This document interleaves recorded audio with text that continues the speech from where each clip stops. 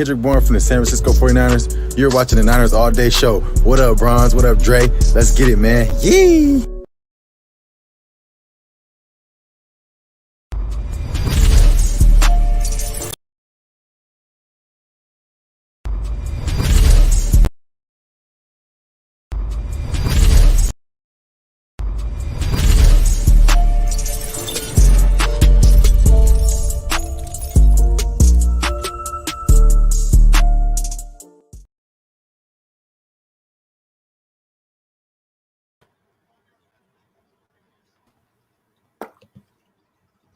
Yo, what's going on? It's your boy Fran 49er, my guy Jason Aponte. We are Niners All Day. What's going on to all of the subscribers, everybody out there who supports the channel? We really appreciate you guys. Shout out to all of the Patreon members. You know who you are. And today we have a show. We got Iggy back, man. It's been like a little hiatus. Oh man, what happened, yo? I thought we were on the outs, man. Like I started making phone calls trying to figure out what's going. Like Grant don't like us. Ain't no hiatus. Hey, what's going on, man? Good to see you guys. What's up, bro? How you doing, bro? I'm doing great, man. I got Ross Dwelly, Nick Mullen, see, Jeff Wilson you, Jr. It's like it was the greatest day of my life. I'm so happy. This is what I've been trying This to is get it. back for. I need to check your temperature. I need to figure out like where you are right now because I got to watch the coaches tape and break it down in slow motion. It's the best week, dude. Good stuff, bro. Yeah. All right. So I think the first thing that we should get into is we get to see Deebo. Deebo's back. Right. So I know you haven't been able to go to a practice. Let me turn this stuff down. I apologize. So I know you haven't been able to go to a practice and watch Deebo and see what it looks like. But have you gotten any reports that says, Deebo looks pretty good, or, he might need to get in a little bit more football shape, or is he going to come out clicking on all cylinders? Like what reports have you heard about Deebo Samuel in practice this week? I'm just going to go by what Kyle Shanahan said. He's pretty blunt and straightforward, and he said he's not going to have his normal role. It's not fair. If you look at most of the injuries that are going on around the league, it's guys who have gone from not playing to playing full bore too quickly. So it seems like he'll be on the Jordan Reed track, which was about 10, 15 snaps first week, and then the next week if everything goes well. So I don't think they're going to need more than 15 snaps of Deebo to beat this Eagles team. I think just a few snaps, maybe 4 or 5 touches, that's enough. Yeah. So because the Eagles suck. I don't know how you feel about the Eagles, but wow, what happened to that team in 3 years? Look, we did a little bit of a film preview, right? And and when you say the Eagles suck, it's top to bottom. It's not one thing or the other. It's everything. The game plan, the defense, Carson Wentz, the line. Yeah. Everything. It's everything. There is something going on over there. I really don't see how the Eagles pull this game out. Well, it starts at the top. Right. Starts at the top. We got to look at Doug Peterson. He won a Super Bowl. He got an extension, but he looks awful. I mean, if it were me and I were covering the Eagles, I'd be talking about firing this guy. Because to me, he hasn't had a good idea in 3 years. Hey, bro, the drums are beating in Philly right now. Good. They want Peterson gone. They want him gone. I don't like his system at all. I mean, well, you know what, bro? When he had one of the best offensive lines in the NFL, it worked. You don't have that anymore. Sure. Doug. Look at Pete. Here's the other thing too. Like, how much credit does Frank Wright get for? Good call. It's like right after he left, all of a sudden, they haven't been the same team. Like, and how much does that have to do with it? And everything that Doug Peterson is doing is so vanilla. The other thing is, Deshaun Jackson's a deep guy. Stop putting him out to catch wide receiver screens like he's a guy like make people miss. That's not his game. That's their offense, though, and I don't like. It's a lot like the Bears, dude. It's Nagy and Peterson both came from Andy Reid, and it's like they have the dumbed down vanilla version of that spread offense without any of the creativity and downfield threats. It's like that's an awful offense. And if you put the thing about Carson Wentz, he's playing terribly, and he's making things worse. But if you put him on a good team with a good coach like this one, he would be in the same class as Patrick Mahomes, Kyler Murray, Russell Wilson. But in that RPO dink and dunk offense, it's like, what's the point? I don't even think Ben Roethlisberger would look good in that kind of offense. Like, you really want Nick Foles for that crap? I'm going to tell you this: as long as Carson Wentz is playing, I'm good, because his decision making has been really iffy this year. Agreed. Now, if they put in Jalen Hurts, it's a different story. They will. They put him in last week against the Bengals. That's going to be a part of their offense. He's Taysom Hill, bro. He is a playmaker. Not that good. I mean, not to all of the fables out there. This is not to talk about the Eagles, but I'm just specifically talking about Jalen Hurts. He's going to be a good NFL quarterback. I really like Jalen Hurts. You know what I'm saying? This week, though. I mean, it won't be this week if he plays. Like, that's the thing. Like, if he is down the line, that's fine. But this week, don't care. But also, that's coming, because, I mean, if Doug Peterson's doing his homework at all, I don't know that he is. I mean, really, that guy, who knows? But if he's looking, he knows the only way I'm going to move the ball against the Niners defense is with the zone read. So I got to do it a couple of times with both quarterbacks and see what happens. Yeah, most definitely. All right, man. So we covered that. So me and Jason were having a conversation, and I said we mirror the Eagles as far as injuries. But the difference is we have depth, right? I think the Eagles have like 15 guys who are injured and like 6 on IR. They were literally down to one wide receiver in practice yesterday. They had one. Yeah. They had one wide receiver on the active 53 that was able to practice yesterday. That's pretty bad. And What do you say? That speaks to the difference in coaching staffs. I mean, it's not just depth. It's not just that the Niners found these guys. They developed these guys. That's it. They consistently develop guys who were late round picks or undrafted guys. And have the Eagles? Seems like the Eagles have like 8 good players and 7 of them are hurt. Sorry to cut you off. Nathan Gary, let's target him all day. Like the stat I ran down last was it 13 targets, 13 catches, like perfect passer rating, no deflections, no interceptions. Like, he's just horribly miscast. I don't understand what they're like. That's our cover linebacker. Is he? Have you been watching him? Like, what are you doing? And then you leave him on an island with like Tyler Boyd, and good job. You're gonna get baked. Like, I don't understand. It seems like they have a terrific D line. It's deep. They got good players, and then they have Darius Slay, and then the rest of the defense is like whoever they could get. It's terrible. And Kyle Shanahan eviscerates defenses that have that many holes. Just eviscerates them. And so does Nick Mullins. Right. Oh my goodness. Okay, so no, one more thing. I didn't want to cut you guys off. Stacks B, shout out to Stacks B on the thread right now. It's his birthday today. Happy birthday, bro. Happy birthday, Stacks B. All right, so Ryan, we'll get to that because we're talking about coverage linebackers, right? I told you that was going to be the next thing that they were going to bring up. I told you. We're talking about coverage linebackers, right? So there is a trend with the 49er fans. Once one guy starts to get picked on, everybody picks on him, right? But they don't call out the other guys who everybody loves. I get everybody loves Fred Warner. I love him too. But in his past game, his coverage was trash. It was horrible. He allowed 6 receptions and 5 first downs. You know how many receptions Kwon allowed? 1 for 5 yards. And it was a broken play. And he played it perfectly, and the guy ran out of bounds. But he has one running play where Daniel Jones makes Deion Jordan look stupid because he bites down. He turns. He's literally like this, and then Kwon lets Daniel Jones go up the field. Dre, why? No, hold on, bro. No, you gotta let me finish this one, baby. You gotta let me finish this one, baby. Why? Okay. Why is it that the faithful find 1 or 2 plays and say, "Oh, he's horrible," but they don't call out Fred Warner for allowing 6 receptions and 5 first downs in one game, and he didn't look good in coverage against the Cardinals either. He did. He did. Jason, you want to take this? Right? No, Grant, you go. I've talked with him. Look, you're right. Your big picture, you're right. It's hard to really be too hard on any member of this defense that ranks second in the league and has been highly ranked for a long time. So even though Kwon Alexander makes mistakes, he's not hurting the team in ways that cost them games.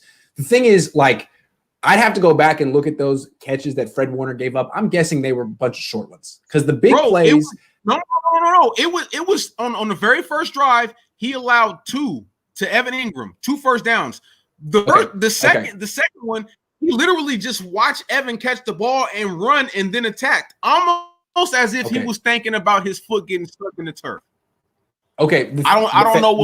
The thing about Kwon is when his mistakes usually lead to big plays for the offense. So when Kwon messes up, we remember immediately, like, yeah, Daniel Jones running for 25 yards. Like, he shouldn't be. Like, what was that? So when Fred Warner gives up a catch, it's like, yeah, it's probably in the middle of the field, and yeah, it was a first down, but I'm sure that didn't really determine the outcome of the game. The Niners are all about limiting explosive plays, and it's like, who gives up the explosive plays on this defense? Kwon for not being where he's supposed to be. And the thing is, if the Niners give up points this week, it's going to be his fault, because the only thing they don't have wide receivers, so the corners aren't going to be tested. The tight end, Zach Ertz, doesn't look so good. Like, they need Kwon Alexander to defend the zone read properly. And you made fun of Deion Jordan. The way the Niners do it, it's called a scrape exchange. Yep. They want to take the read out of it. So they just have the DN go for the running back, and the linebacker takes the quarterback. That's all it is.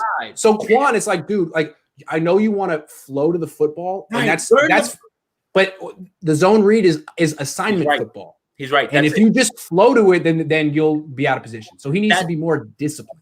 That's the thing, Dre. And I think that's what people are really digging into. Like, I recently just found this out myself, right? So the gap exchange is supposed to be when he's not supposed to read the zone read. It's you just watch where Deion Jordan goes and you go to the other side. All gas, no brakes, no reading. Right. That's the issue, Dre. That's really where it comes into. So when he chooses the wrong gap, Daniel Jones is free. And by the time he tries to step back, Daniel Jones is already running past him. That's it, Trey. It's not the missed tackles. It's when Deion Jordan crashes in, you're supposed to scrape the other way. It's and missed assignments. Right. And if he scrapes that way, you take the other spot because now you have contention. Right. To be fair, Jimmy Ward made the same mistake in the game, and it should be cleaned up. It should be cleaned up from Kwon and everyone. That's the other thing I was going to say. That's fixable. That's fixable. Yeah, fixable. Let me address this young man real quick. Dylan, I didn't. Hey, hold on. Jason Grant. Bro, did I say anything about Kwon being better than? No, we're talking about how people talk about them. It's a meta conversation. Yeah, it's more about criticism than the players themselves. Right. Yeah. So I understand. He says Kwon takes too much criticism, that he's currently the kicking. I get it, because really the team's really good, and you got to criticize a couple people. So right now it's who? Kwon Alexander and Dante Pettis. It's like no one. Who are you gonna get mad at on the Niners right now? Everyone's good. McGlinchey, right, Brunskill, Garland, pretty much the whole O-line, and you can kind of understand that because there was no preseason. The same thing happened in 2011. The Niners O-line was trash, and it slowly got better as the season went on. If you remember, it was 10 years ago. Yeah. Right. And then the other thing, you got it. So Kwon's got to take it for now.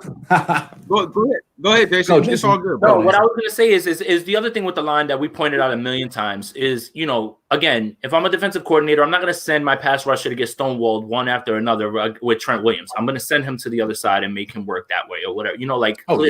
So it's like, so the struggles have been magnified now, because now it's happening where league wide, where they're like, okay, we're not even going to try that side. We're just going to have to move the other side. So, but the line is probably the only thing that's really got me actually. And this is coming from a guy who was scared about the secondary. But if Jason Verrett can do what he did last week, that was big in single man coverage, Jason Verrett has a chance to be something that Richard Sherman's not, a man cover guy. And that has big ramifications, because now the Niners can play both. They can disguise their coverages. I mean, Richard Sherman's great at what he does, for sure, but he limits the rest of the defense. For sure. And if the whole defense is in zone every play, then eventually the Chiefs are going to figure you out and put up 30 in the Super Bowl. If the Niners could have had a little bit more variation, Jason Verrett is a huge, big deal. I didn't see it in camp. That's what I was going to ask. He was keeping himself healthy. He gave up a big play, and I wrote him off. It was to Brandon Ayuk early, but he stuck with it. He didn't give up any more big plays. And he's healthy now, and now he's got confidence. Oh my goodness! If he can, I don't remember the last time the Niners had a corner like this. Thank you. I don't. Right, hey, bro. He's good. I sat back and watched his play. I was like, okay, good first quarter, and then in the middle of the second quarter, They threw a pass to the wide receiver. I think it was a screenplay. Yeah, Verrett was right there, had a tackle for loss, and he was physical. That's and I said, okay, I said he's not protecting himself anymore. Yeah, right. He's playing, right? He's playing, and those are the type of plays that we've seen Emmanuel Mosley make.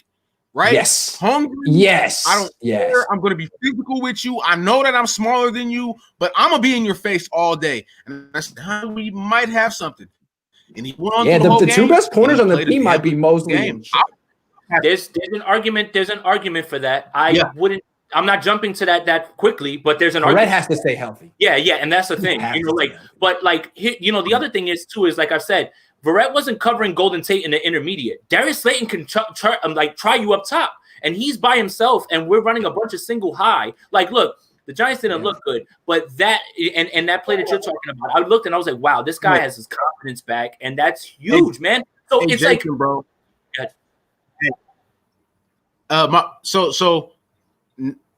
Tell the people what Darius Slayton did to the other team.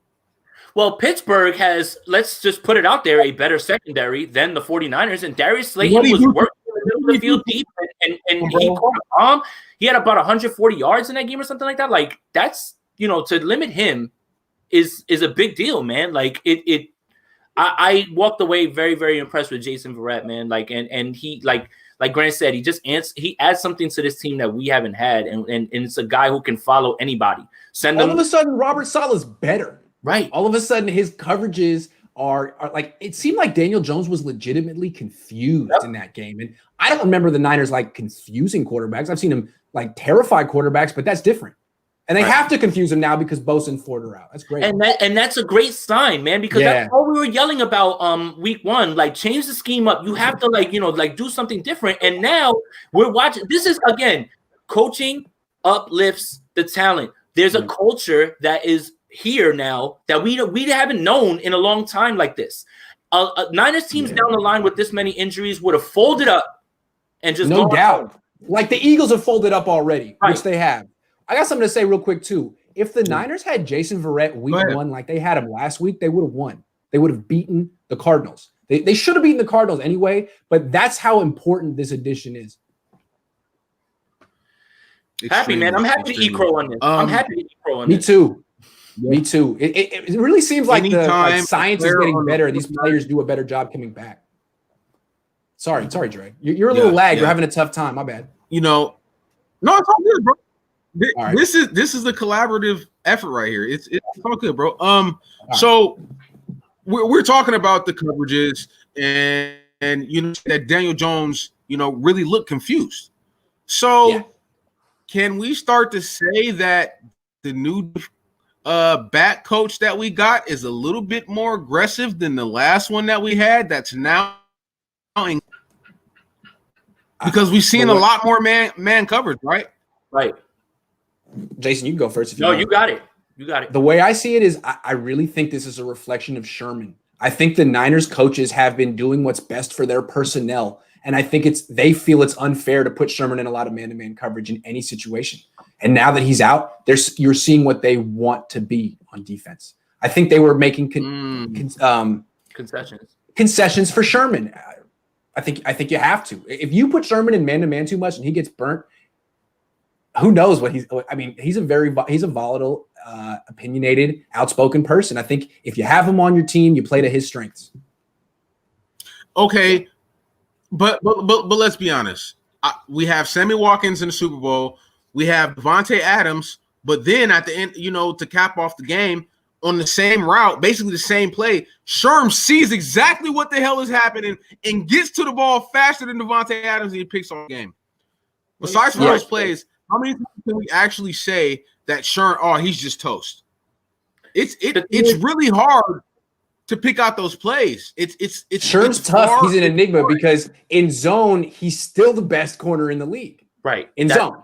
Right. But he can't play man. So it's like you can't play zone every snap. And then those 10 snaps a game that you're playing man, he's vulnerable.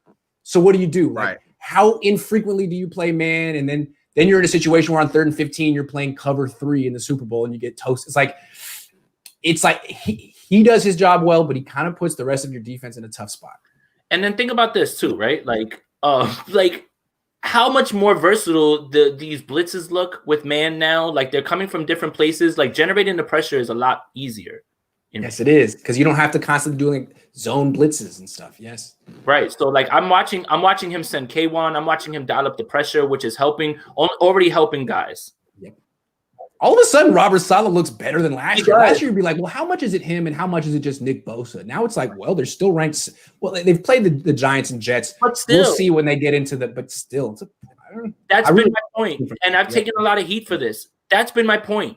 The 49ers absolutely should have won both of these games. The 49ers should have absolutely not won them by that many points with that many people missing. Like it's that's impressive. That is impressive. The Jets are awful. The Giants look really confused. It's less that the Giants, because the Giants played Pittsburgh really well in week 1, right? Week 2, they made a comeback on the Bears, and that game was close. They didn't look pitiful, right? No. They look pitiful this week. Like that bad. It speaks to the Niners culture. They're a really strong culture. Let's even talk about Thursday night football. The Broncos do not have a bad defense, and they have Vic Fangio. The Jets put up 27 points against those guys. 27. That's a lot of points against a pretty damn whole bunch of people, though. Still, though, I mean, he's just saying that the Niners defense is real impressive right now. I agree with that. Von Miller, bro. Von Miller, AJ Boye. No, but the point stands, Dre. The Niners defense has been extremely impressive no matter who they're playing. We were missing Sherm. No, you're right. We were missing You're right, Dre. Sherm. You're right. You're right. You're definitely right. Yeah, we all agree. Robert Saleh is doing a great job this year. A great job. He's getting his bag next year. Dude, big time, man. He'll be Jacksonville's coach. No doubt. I mean, he could take over for the Falcons right now. He could take over for the Jets right now. Yeah, sorry, Dre. What's up, Dre? You're just a little bit behind us. My bad. You all right? Dre's tripping. I start feeling bad when I hear about Robert Saleh leaving, right? Yeah. We know it's inevitable. Yeah. I really want Robert. I really want to. You know what I'm saying? It's a good topic to bring up, but as soon as you guys said it, it's like my heart just dropped, bro. Is there a way that we can just throw the bag this way? Yeah, look at it this way. Defensive coaches aren't getting their doors knocked down to become head coaches. The odds are still against him. He's not white, which seems to be a thing with coaches. They always want to hire white guys, which is weird. And he's a defensive guy. So it's like he has all these prejudices working against him, even though he's the best. So I don't know. I mean, he deserves it, but so does Eric Bieniemy. And like, why isn't Eric Bieniemy a head coach? Let's talk about it. Why aren't you trying? Same reason. So why aren't you trying to pair Sam Darnold with Eric Bieniemy? Exactly. So I mean, he deserves it. Will he get it? I don't know. I mean, how confident do you think Saleh is that he's going to get it? He has a lot of stuff out of his control working against him. It sucks. All right, bro. Bro, so would you? So if you were Jed York, would you just toss a big ass bag to I would, but I don't think Jed York is that. Eddie D would. I mean, there's no question, right? Yeah. That's how they would have handled that in the 90s and the 80s. But now, Jed, I don't know. He'd be smart too. I'm not going to say he won't because maybe he's matured. But for a while after Harbaugh, those assistant coaching staffs were dirt cheap. Let me ask you a question, Grant. There's a lot of speculation about who's going to be our DC next year if Saleh leaves. I personally want DeMeco Ryans. But is there a chance that if Saleh gets a job somewhere, he takes DeMeco with him? Yeah, I think absolutely there's a chance because he could offer. I don't know. Well, we'll see where he goes, and if those people want to go, he could offer promotions. I think what would be interesting is what if Vic Fangio gets fired from the Broncos because that team's going nowhere. Maybe they'll give him a third year, maybe they won't.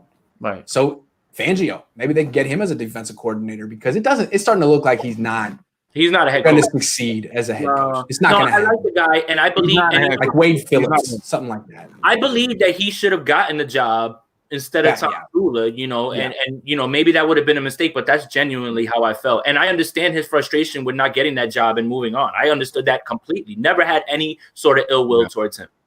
So again, maybe they could replace Saleh with Fangio. I don't think Fangio's coming back. He probably still feels the burn from that. What about Quinn? What about Quinn? I don't know. Maybe he's just a bad head coach because he stinks. When was the last time that defense was good? I guess it's hard. Never. That's my question. It's like, if you're a defensive head coach, what are you doing here? Why are you here? I don't get it. Hey, the year they went to the Super Bowl, that defense was nasty. No, but you're right. Nasty. I could definitely see Kyle Shanahan being like, well, why don't we just recreate the winning duo we had in Atlanta? I mean, that's pretty much Shanahan thinks that clearly. It's like, well, Shanahan likes guys that he's worked with. If I know him. Never played for Shanahan, he's gonna call you to come back. Quinn maybe or Raheem Morris. That's another guy that he goes back with. So those are the options. I just say Fangio because I think they wanted Fangio in 2017, and Fangio was not allowed to even interview with them because he was currently a coordinator with the Bears. Oh, okay. Yeah, they held him back. Yeah, that sucks. They wanted Gus Bradley. They wanted Fangio, and Saleh was the third choice. Right.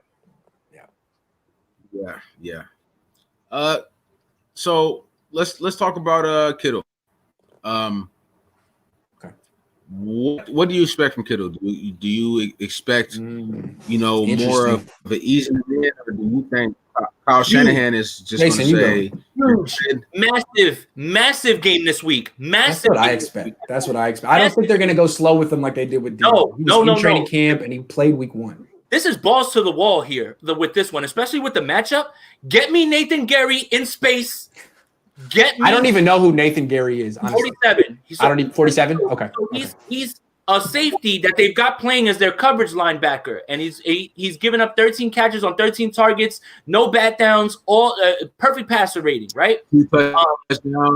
Yeah. And remember, Nick Mullins is the reason that George Kittle has the record for tight end. That's right. That is right. Mullins will just throw it to him every time. I mean, no contest. I love that. Huge Kittle game. Okay, so here's the way I look at it, and I can't prove it, but I think Kittle could have played last week.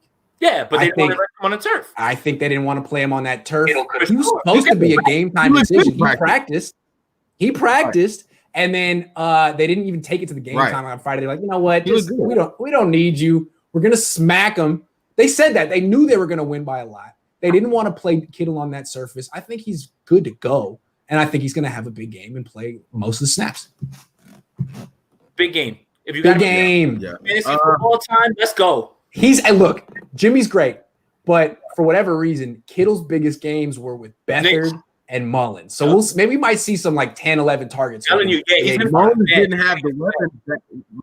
Didn't have the weapons that Jimmy had. You know what I mean? Good point. It's a little tough. You know what I mean? Good point. But the thing is that they got Slay. So who's Slay going to be on? If it's on Ayuk and Deebo doesn't play much, you kind of got to go to Kittle a lot. Give me Nathan Gary. Yeah. Bring him to me. Slay going Bourne could have a good game too. I don't know if you guys realize the dude's averaging 16 yards a catch. Bourne.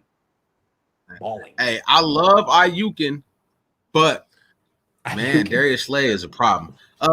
Let's talk about KB. KB. Oh, you got it? Let's talk about Ayukin. Yeah. Ayukin. That was kind of funny. So let's talk about KB, man. KB is averaging a 16.4 yards per reception. He's had 2 weeks. The last 2 weeks is 4 for 67 and 4 for 63. Also against the Arizona Cardinals, so he was 2 for 34. But in that game, we know what happened. He could have had a game-winning touchdown. Jimmy let us down. He is playing exceptionally well. He already has more than half of the yards that he had last year, right? Ooh. He had 350. He had 30 receptions for 358. It averaged 11.9, and he had touchdowns, right? He's at 10 receptions for 164 yards already. Kendrick Bourne, he's just grown up in front of us, right? And I really like what we saw from Mohamed Sanu. The first game that Mohamed Sanu was with the team, they called a timeout and they showed him on the sideline coaching Kendrick Bourne up, right? And that's the type of stuff that we need, right? They're similar players too. That's interesting.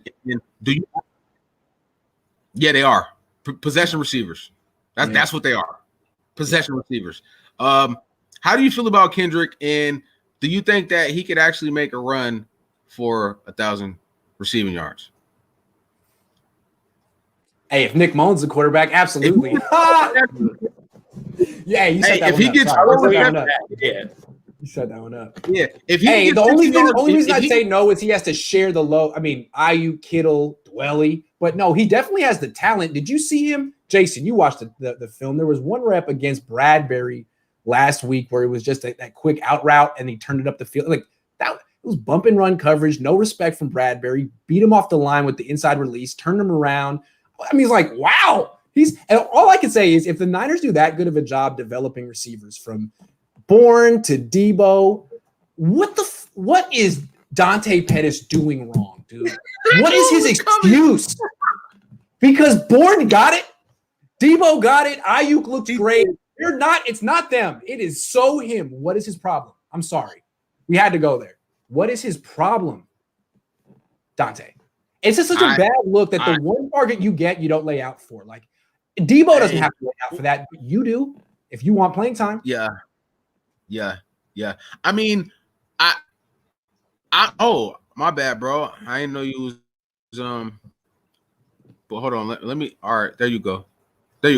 All right. On mute. So in the back. the only thing I'm gonna cut slack on Dante on is in the Cardinals game, rewatching that game, he was wide open on like 4 plays. 2 of them it was in the end zone.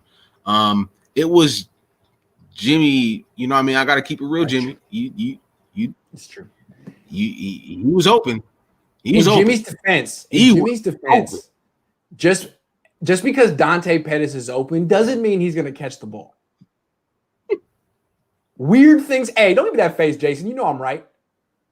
You know Jimmy would agree with me on that. You know he would.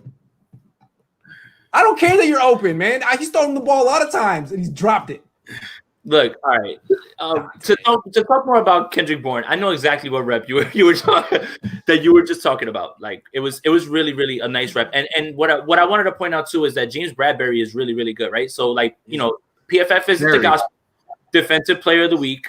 Shadowed Allen Robinson for most of that game. Allen Robinson's a very good receiver in this league. Didn't allow any catches, Used to be. But No. Allen Robinson's a good receiver, granted. We'll talk about that another day. Okay. Very, very good. Slow. He's slow. He used to in Jacksonville. He was great. I love Bortles, Trubisky, and like Foles now. It's like oof. Oh, is he coming to life with Foles now? I haven't really watched him. Yeah, he did. He did actually. Foles did. Nice. I had him on my fantasy team last year. And he got buckets every week.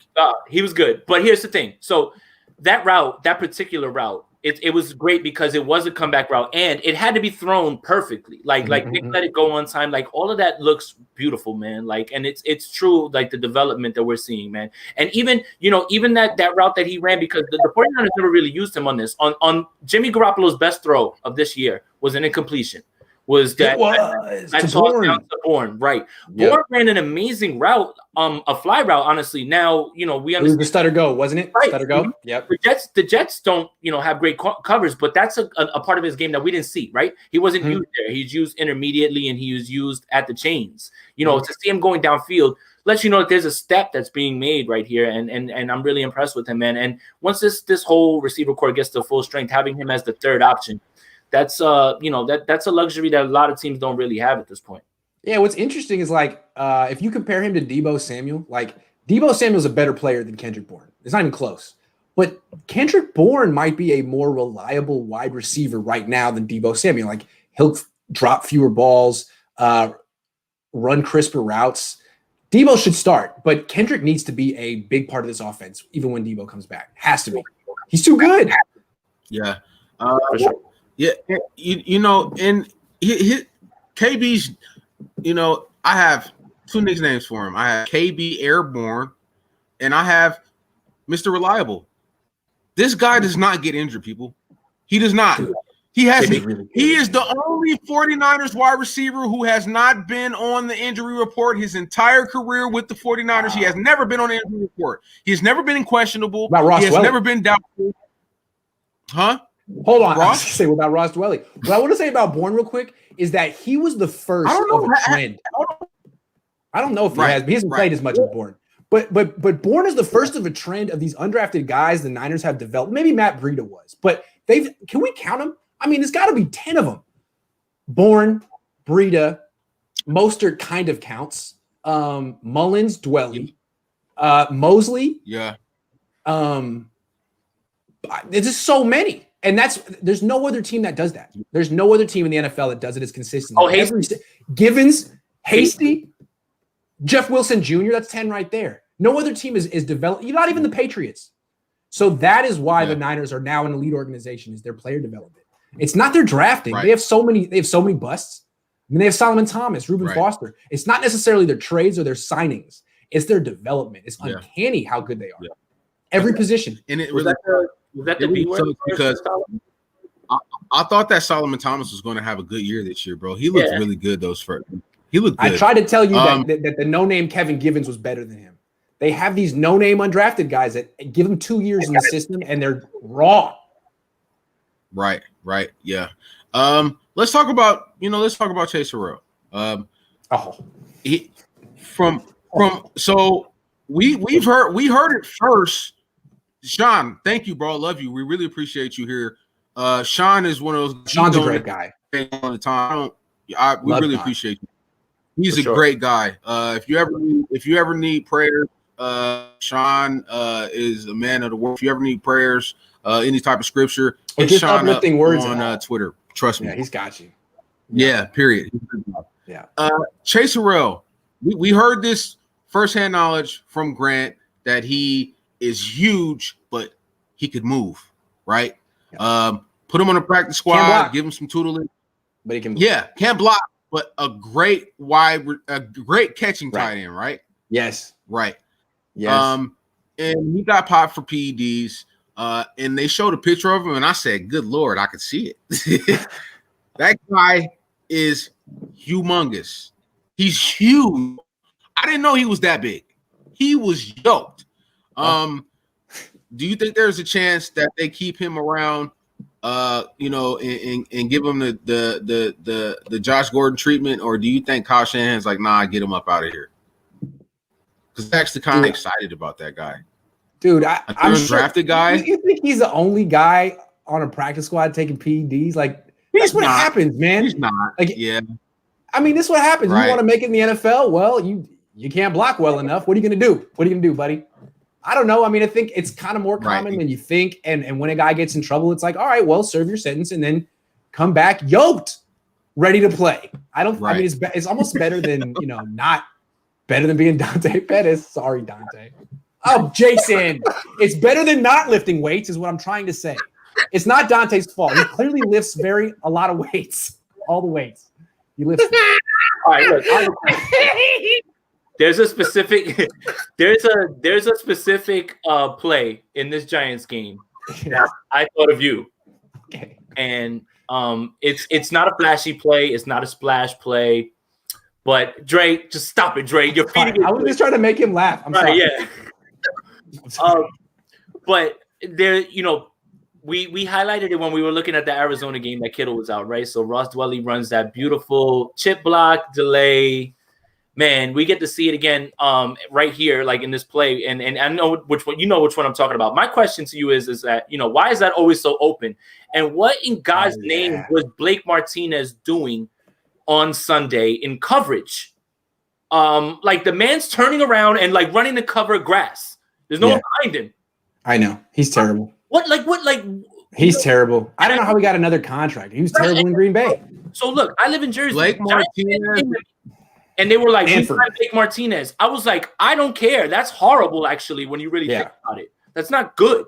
And they're like, but he do well. Yeah. It ain't coverage. He leads the league in tackles the last 3 years because that defense is bad and you got to clean things up on the back end. What are you talking about? He's not making impact plays. He's tackling the guy after he breaks 4 levels. Yeah, like what? Like, sorry. So why does that play work all the time? It's been working since they ran it with Marquise Goodwin last year in Cincinnati. It's just all you have to do is you have a guy real tight into the line, like a tight end or a wide receiver, and for the first second of the play, it just looks like a stretch run to the side. Yep. With a boot action. And you have that one guy hiding as a blocker. Yep. And then when everyone else comes to this side, he leaks out the other way and the defense stopped looking for him. They're like, well, he's a blocker. He's not in the play. Right. It's really clever. It's the kind of thing that you'd think would work in high school, but not in the NFL, but it works in the NFL. So I don't know how the defensive coordinators are teaching their keys but Shanahan's messing with that. And you see other teams copy it because it's like a free big play. Right. Yeah. Right. Yeah. They've been doing it for years. Go-Kart Mozart, I have to address you. So you said that Kendrick Bourne drops a lot of passes. Do you know how many passes he dropped last year, Go-Kart? 3. You know how many he dropped last year? 9. Don't tell me about Kendrick Bourne drops passes. Kendrick Bourne's problem is he dropped a lot in the past. Yeah, right. Now, the pass that you're talking about with Bradbury, that was action interference. Bradbury was on his back before he can react and really reach for the ball. We didn't get that call. We were smacking him anyways.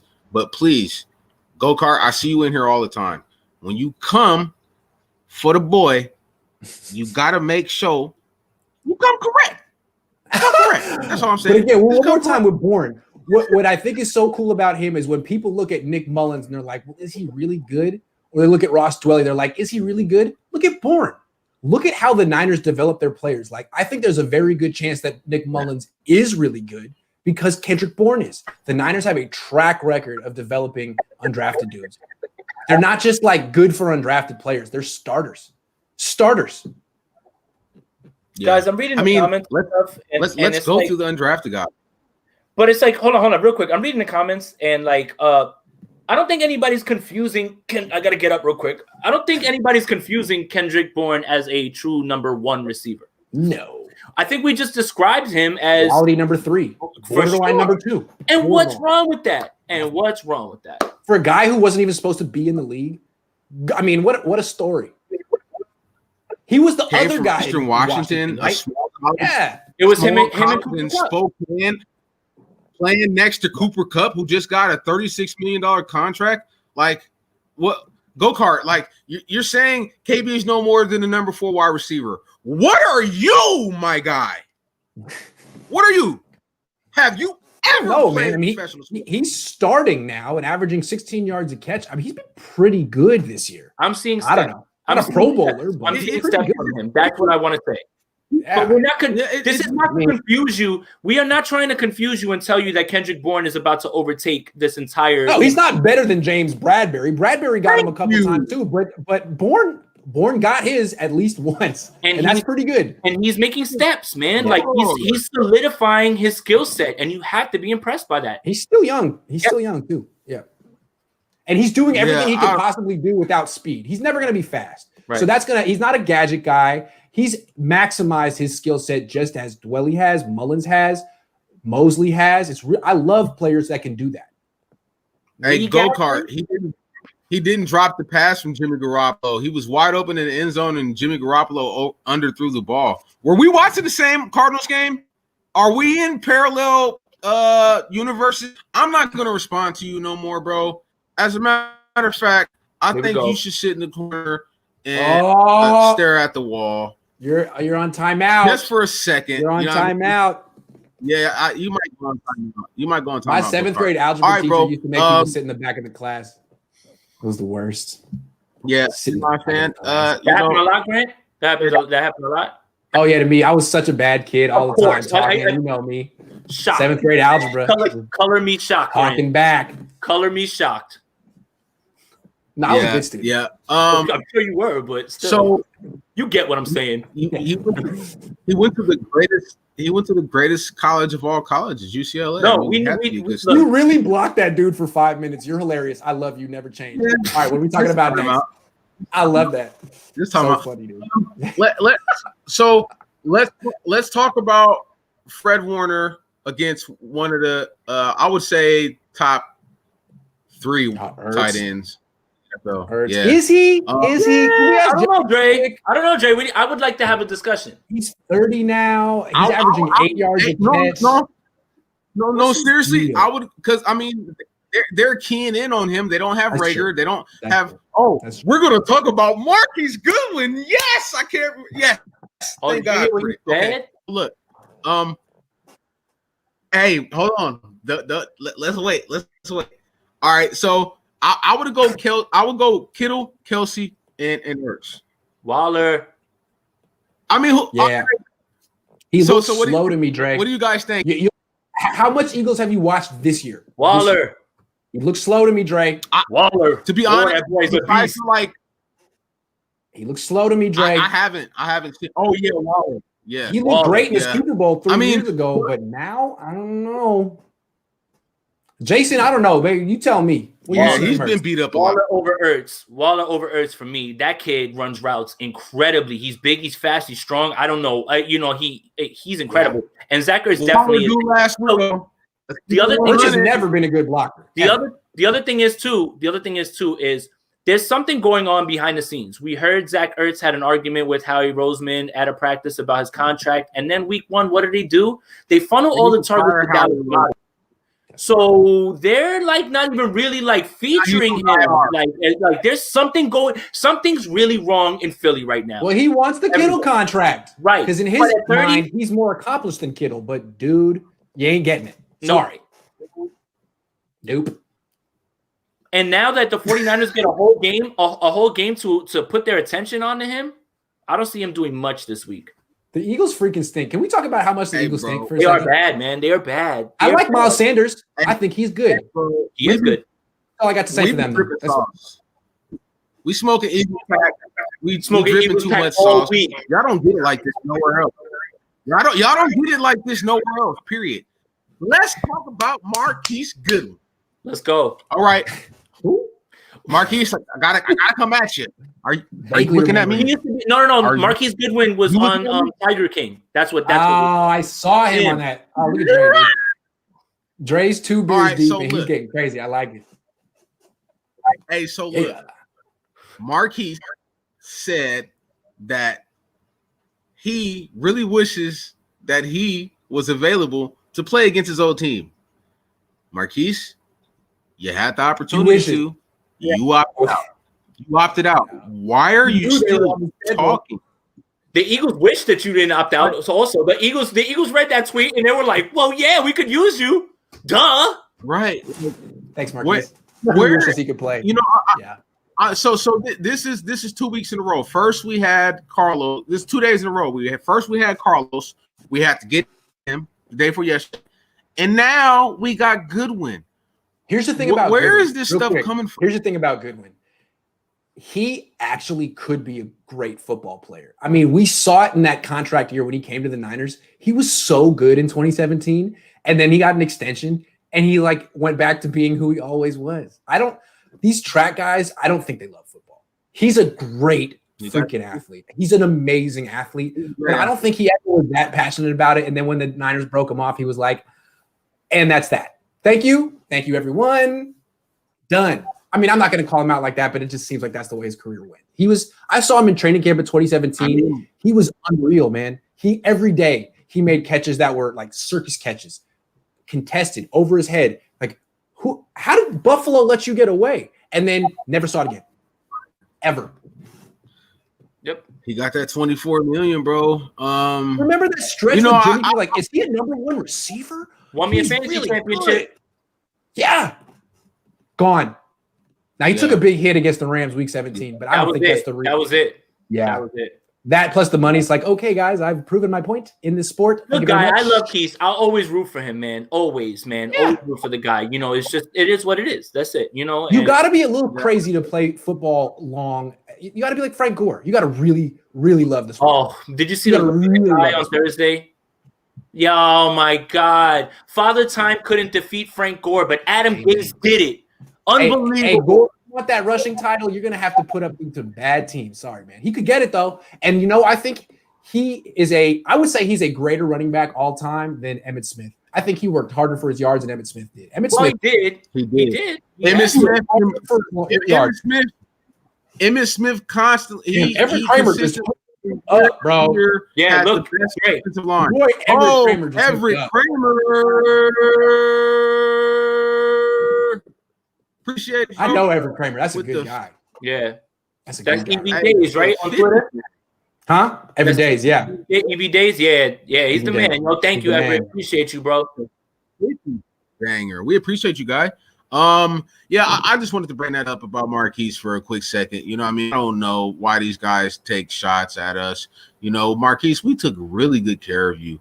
Regardless, it didn't matter if you had a death in the family or if it was, you know, with the mother of your children miscarrying the babies and all of that stuff. And I totally understand why you did not play this season, because you just had your baby. You were able to successfully have a child, and you don't want to put that child at risk in any type of way, shape, or form. But it's unnecessary. Don't talk about how you would have, could have, should have, might have, would have, maybe. Right. Wanted to. Yeah. Don't wished. Hoped. Don't do that. All right. So I had a comment. I think it was on the last show where I said I feel that we can get in stride in about week 12 and go into the playoffs like the Titans did last year. One of those. Oh, he's back. Go-Kart Mozart's back. And what is this? The GOP? Hey, see, you are an instigator too, still now, not just in 7th grade. Hella funny, man. Right. Hey. So I mean, how do you feel about that, Grant? You know, we getting healthy, we get everybody back, and we can go into the playoffs really strong. You know what I mean? Sounds like somebody's been saying that for a few weeks now. Jesus, man. Oh my God. It seems like this stretch is only going to make the Niners stronger. Thank you. What is all of their depth?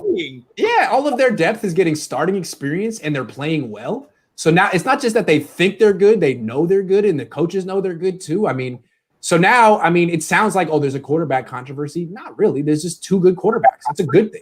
And there's like 4 good tight ends and a million good running backs. It's only good if the Niners, they need to keep winning. Right. Because the schedule gets brutal. Have you looked at the schedule after the Miami game? So it's just unreal. Rams, New Orleans, Green Bay, Seattle, Rams again, Bills.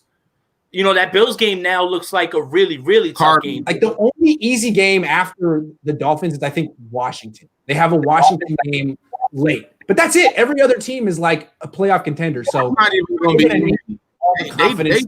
That's not going to be easy. Their defensive front is really. Hold up, Drake. Can you pull up this one right here? By Alonzo Pierce. Washington? Yeah, good point. Can you pull that one up real quick? I can't. Alonzo Pierce. When's the last time you went? What you know about Willie McBride's Alonzo Pierce? What you know about that? You? Yeah, hold up. Yeah, what? That's my town. How you know about that? Well, man, I guess you just made a friend.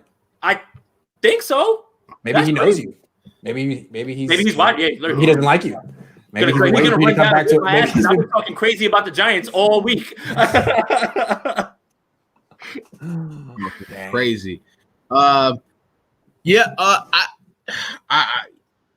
think it's good that the Niners had all this adversity early in the season because they didn't have any until November last year. For sure. And I think it's good. Right. And then the other thing is it's a perfect storm with the schedule, everything. It all worked out. It worked out perfectly. And so this year they're not a cocky front-running team. They're a determined, confident, coming from behind team, which is almost more dangerous because that's what the Chiefs were last year. They had a couple losses early. People forgot about them. Yeah, they overheard, and then boom. So that could be the Niners this year.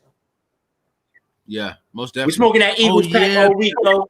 We're smoking that Eagles pack all week. Yeah, because they lost Mahomes for 4 weeks. That sounds like Bammer. I don't know.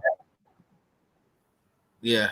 That sounds like Reggie. It sounds like Reggie Bammer to me, dude. The Eagles pack. Right. That's it. That sounds like something you get like $20 for. You like got a lot of seeds in it. It's not enjoyable. It's just gonna get the job done. A lot of seeds, a lot of stems. Right? Exactly. Yeah. Right. He said that's that $50 OZ when you was in high school and about 18 grams of seeds and sticks. I remember those days. Shout out Alfredo. Thank you, man. Yeah. So. Are we all going to still be friends when the Niners have a losing season? Yeah, I think so. Yeah. I don't know if Dre can take it. Dre might lose his mind, but we'll still be here. Oh, my God, Grant, did you watch after Bosa got hurt, that episode? That was a somber episode. No, I was distraught. Yeah, we all were. We just were saying that. Can we talk about Dre real quick? Dre, how come you wrote off Nick Mullins in the first quarter of that game? Let's talk about it. Can you give him you root against him so hard. I don't root against Jimmy like that. I can praise Jimmy. I think Jimmy's good. You were like, hey, 5 minutes into the game, you're like, this dude is noodles. He is noodles. I'm like, man, can you let him finish the game? Can you let him finish the game, please? Bro, Ray, you owe him an apology. You owe him an apology. Thank you. Now. Let's go, man. That's your quarterback. You're a fan of the team. I gave you the stat too. Check this out. I gave you the stat, right? Nick Mullins has to throw for 400 one more time to tie the great Brett Favre in 400-yard games in his career. One more time. Give him a break. He's playing well. No one's taking Jimmy's job. He's just holding it down, man. He's doing a good happy job. he brought that up because Trey was watching it like rooting like this, like yeah, and then we get on here. He's like, he's still trash. It's like, come on, he's stepping up. CJ wouldn't have had that game. CJ would. Hell no. Hell no, dude. You know what's crazy? You know what's crazy, Grant? Man, I'm crazy, but I wish that one of these guys has CJ Beathard's long arm. What do you mean? Like if we could graft they can throw it deep from CJ and graft it onto Jimmy or Nick, now we're talking. You could do everything. I mean, really, the best throw of CJ's career was that throw to Goodwin against the Giants. What a freaking throw! That one, and he had another one against the Packers, right? Yeah. Whoa! If we could like somehow, like, you know how Wolverine, you can take his healing factor. If we could take that deep ball off and inject it into one of these guys. Holy crap. But that's the thing. You don't need a strong arm to throw a good deep ball. It's much more like practice and trajectory and stuff. Like, you don't need to have zip on it. Yeah. CJ doesn't have zip on his throws. He just throws he's just dropping it in. So I think it's more experience. Like, Alex Smith stunk throwing the deep ball when he was with the Niners. But by his final season in Kansas City, he could hit it to Tyreek Hill. You just need practice. Yep. Need practice. Okay. I apologize. I was wrong. Nick Mullins played pretty damn good. All right, good. there you go. That's it. And look, hey, that's a big step for you. I had to eat on Verrett. I couldn't have gotten that apology from you. I couldn't have gotten that out of you on Twitter, but on Periscope, we're much more reasonable people. You know, Twitter, you just dig in forever. Everyone does. Nope, I was right. You're wrong, and you're blocked. And I hate you. You know what? Show me where your location is so I can come up. No, drop the location. I'm pulling up. I love when Twitter arguments get that far. It's like, really, guys? A Twitter argument it's never going to go there. Yo, the Lakers ones, it's getting there. The Lakers ones, Dre's out here just pow, pow, pow, pow, pow on everybody. I mean, I'm like not even watching the game. Like, Dre don't want to hear that Lakers talk at all. Nothing. Yeah, I wouldn't either, man. That's like, how are you going to take that away from the Lakers? But it's LeBron. They're going to make every excuse to discredit him. Yeah, it's whack. Especially how Warrior fans do that. It's that's your main rival. You should be pumping him up because the better he is, the better your legacy is. But not Warrior fans like, LeBron's trash, not good. Okay. He's pretty good. He's kind of good. Y'all had to fly y'all starting five to the Hamptons and beg KD after Bron beat a 73-9 team that was up 3-1. Stop, Warriors fans. Just stop. You guys had KD, and he didn't stay. Yeah. Okay. Sean Shepard says Grant and Dre are exactly like Stephen A. Smith, except different, way different. Just kidding. Can't stand that guy. Appreciate you, Sean. That's funny. That's funny. So, who's Jason? Hey, bro, this has Jason's been Michael Irvin. This Michael Irvin. A really good show. This was a good show. Yeah, it was a fantastic show. Hey, I haven't been on in a few weeks. What else? I mean, is there anything else that you guys want to bring up or talk about? Like, I got it. Last topic. Then I got. All right, what's up, Nick? All right, bro. How hard were you in the house, just throwing fists, pump, jumping up and down, because that's what, I'm watching Ross Dwelly. As soon as Jordan Reed gets hurt, I'm like, here we go. I see it playing out all in front of me. Ross, you think that I would get really excited, but honestly, it was like I was in shock. I was like, I can't believe this isn't real. I was like, you're floating off your couch. I didn't even believe it. Wow, that really happened. I'm right. I'm right. I was right. Oh my God. Here's the last thing, Grant, too. Javon Kinlaw. Oh, I was wrong. I was wrong. He's good. Okay. He's good. Okay. He's good. Now, my thing with Kinlaw, the way I describe it is you kind of need to watch the coach's tape to fully appreciate what he's doing because it's not going to be in the box score. But if you do watch the coach's tape and you slow it down, Whew. Yep, he good.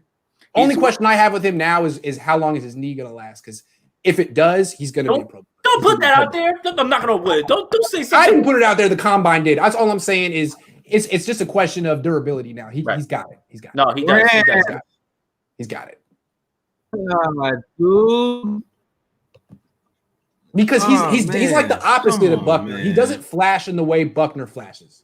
Buckner flashes with his pass rush moves.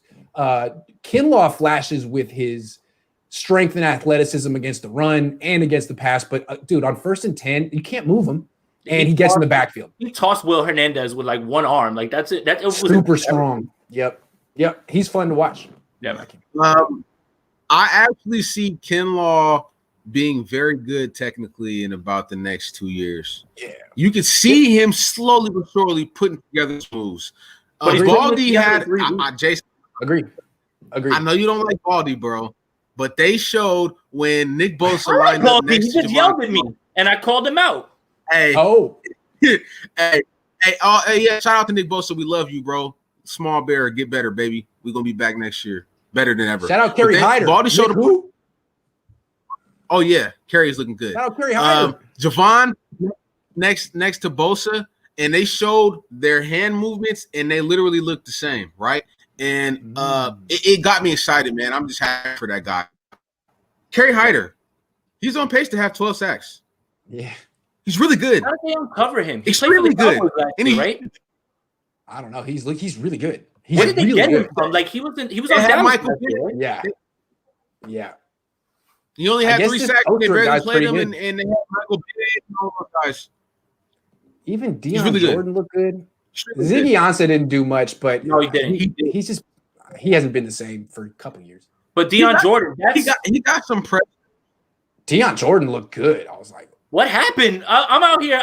Like people are at me on Twitter, like, here comes Deion Jordan. And I'm like, here comes no impact, and literally, boom, boom, boom. I'm just like, oh, I'm eating it, like on Twitter, like, yeah. I guess it's you really shouldn't overly judge linemen off of practice because that's just not football. Some guys are gamers. Yeah, some guys are gamers. Hey, all right. This last question, bro. I know you gotta go, Grant. All right. Do you think that Ziggy is just not in full, and once he gets to football shape, we'll see a better polished product? I don't want to write him off too quickly because I've done that a few times, and he's only played one game with the team. But I've seen him the last couple of years, and what he did in the game against the Giants is what he did last year for the Seahawks. He just kind of didn't make an impact, and the fact that Deion Jordan couldn't, I don't have much hope, but I think like the second game will be a better indicator than the first. Is that like a fair thing to say about him? Yeah. But they don't need him. I mean, they give him one more chance, and if he doesn't do anything, they got Deion Jordan, they got Kerry Hyder, they got guys. So I mean, they even have Eric Armstead, who I think has really improved as an edge rusher. For sure. And that kind of flew under the radar last week because we all got excited about Kinlaw. Like as soon as I saw Kinlaw on that run stuff on first down, I was just like, oh my God. I was like, you didn't see Buckner do that last year. Like Buckner played well, but in the wide 9, he was getting moved by those double teams, and Kinlaw isn't. So that's good. He was. Not his fault. He's not built for the wide 9, but they're running the wide 9, and they know exactly what they need, and they have it. Reinforcements are on the way. It's the same reason they wouldn't put Armstead inside. You can't put a big, lanky, tall dude at 3 tech in the wide 9 because you're just going to get moved around. It's not your fault. Right. Yeah. All right, bro. Well, shit. I know you got to get out of here, bro. Appreciate it. Thanks for having me, man. It was amazing. It was amazing. It was amazing. The best of all time. Also, Grant, yes. Horatio Flores says he wants to play you in Madden. You should stream that on Twitch. I'd watch. I haven't had Madden since I was like a junior in high school. Man. Hop on it. Let's go. I'm down. I can only play on PS2. I haven't gotten around to PS5 yet. I still have my PS2 connection. I got Vice City. That's right, baby. Let's How's play. your dial-up connection going? Is that the only way you can connect on PS2? You guys have PS5 yet? No. Bro, I'm not paying those. I ain't paying $500, $600, $700. Nah. Yo, thanks, Grant. Appreciate you, bro. Yo, thanks for having me, man. I'll see you guys next week. Cool, man. All right, bro. Peace. Yep. Peace. Yo, Eric, thank you. I try to bring out the drip. Like I got a lot of stuff in the closet. Since I'm not going out because of COVID, I might as well wear it on here. I appreciate you. Yeah. Hey, yeah, man. You know, I told you, man. We just got too much sauce over here. You know what I'm saying? Little something. Grant, Jason, he bring the sauce. You know what I'm saying? I'm like the old man of the crew. You know what I'm saying? Nah, bro. You gonna see me the in a white t-shirt. The glue, though. I'm like the old. You should. I miss bare chest Dre. Like when he was out here just with his chest all out and pissing people off. Nah, hey, bro. Do you know? Do you know? Like I literally had to go to war with people in the comments. It's unprofessional. You put a shirt on. Bro, what you need to pull up in next is don't wear the shirt, but wear a do-rag with the silky back. Like, make sure that shit is mad long, too. Like, get the do-rag with the longest cape and wear that shit wild long, bro. Do that next. Do that one next. You know what? We'll make a bet with somebody or whatever, and after we win a game or something like that, you got to come on and you got to, like, you know what I mean? Like, if we beat Seattle, then you out here, you got to do the post game after we beat Seattle. No shirt with a do-rag with a long-ass cape. Hey, I'm gonna have to. Seattle is gonna be the one where a lot of Seahawks gonna be able to talk stuff because I predicted that we sweep Seattle, and I still feel like we can. For sure. Yo, Eric, hit me on Twitter and I'll send you the link for that shirt. I think it's c4concepts.com. I can't remember off the top of my head, but I'll look for you. I got you, bro. Yeah.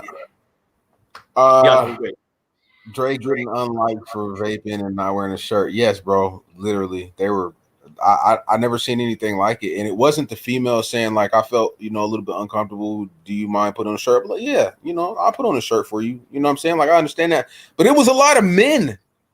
It not one female was. It was crazy. I was like, bro, I've never seen you guys like this offended by me not wearing a shirt. It was men. I was like, wow, this is Just different. Remember we said it. I'm gonna cut this clip myself, but yeah, we definitely after we beat Seattle, you come in on the post game, and I'm gonna find. You know what? If you can't find the do rag out there with a long cape, I got you. I'm in Jersey. I can find one pretty easily on a corner store. No doubt. Hey man, Sean, damn bro, Sean, thank you, man. I appreciate you. The Jerry Crow juice in the beard, fire. Wow. Horatio, where I got this, Nike, Nike.com. But they sent me like a 30% off. So like I cheated. Like I'm not even balling like that. I just be looking for the sales. Yeah, that's Soul Glow. Bro. You gotta make. They said that's Soul Glow, Dre. Let's show Soul Glow. Hey. What is it? I'm gonna start calling you. What's the dude's name? What's the dude's name from the Randy Watson. Randy Watson.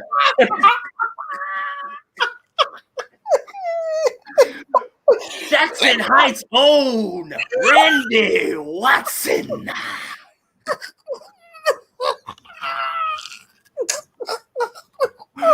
Oh man, we ain't even talking about the Dodgers no more, yo. Dre, take it out, yo. Randy Watson. Yeah, that boy good. Mama named Clay. I'm gonna call him Clay. What is it? Yeah, and it was the other one. Donations. I thought it was the trash.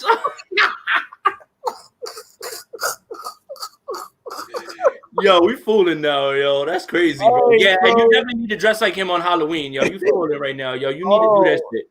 Hey, nah, bro. I might do the remember Martin Jerome. Oh, the player. You can walk it in. Hey, man. Right, let's get out of here, man. This has been a really fun show. This is, this is what Niners All Day is really about, bro. We just, try to bring you guys the best content. Man, I'm so happy that we got Jason now with us, bro. It makes stuff so. Yeah. Oh man, it's really good, man. We really appreciate you guys. All the supporters. If this is your first time watching, give us a subscribe. You know what I mean? Even if you don't subscribe, come back and watch a few more episodes and make a decision. Because the one thing about YouTube is it's free, right? It's free. You know what I'm saying? And we literally do this for free, right? But if you want to support Man, just press subscribe. The button is literally like right down there. You know what I mean? Thank you, Mariah. I appreciate you. Appreciate you. Press the thumbs up. You know what I mean? Like, press the thumbs up. Like, I don't understand how you could not like this episode if you're a true Niner fan. Like, I don't like, you know what I mean? I think there's a group of like 6 or 7 people who I've blocked on Twitter who specifically just come to our channel and dislike every video because we put out really good content. You know what I mean? So, I mean, if I'm on your mind that much to where you just want to come to our videos and dislike it, I love it. Thank you. You know what I mean? But if you're a true 49er fan and you like good content, you can't tell me that, you know, Jason doesn't bring you guys great content. You can't tell me that I don't bring you guys great content, or Grant or Bronze. You can't say that. So any last words, bro? You got anything? Where I got the sweater, Nike.com. I appreciate you, Ryan. I'm dropping the film breakdown right after this. All I have to do is do the voiceovers. I've got the clips ready to go, so it should be out in the next maybe hour or so. And yeah, just subscribe to my YouTube channel so you can see that. I got some good stuff on there from last week. Jason Aponte. Is Jason Aponte on YouTube, right, bro? It's Jason Aponte on YouTube. Yep. And if the link's in my Twitter bio, so just go ahead there, and I got you guys today with a film breakdown. I appreciate you guys. Yeah. All right, bro. Let's let Kendrick take us out, and we'll see y'all tomorrow. Later. Kendrick Bourne from the San Francisco 49ers. You're watching the Niners All Day Show. What up, Bronze? What up, Dre? Let's get it, man. Yee!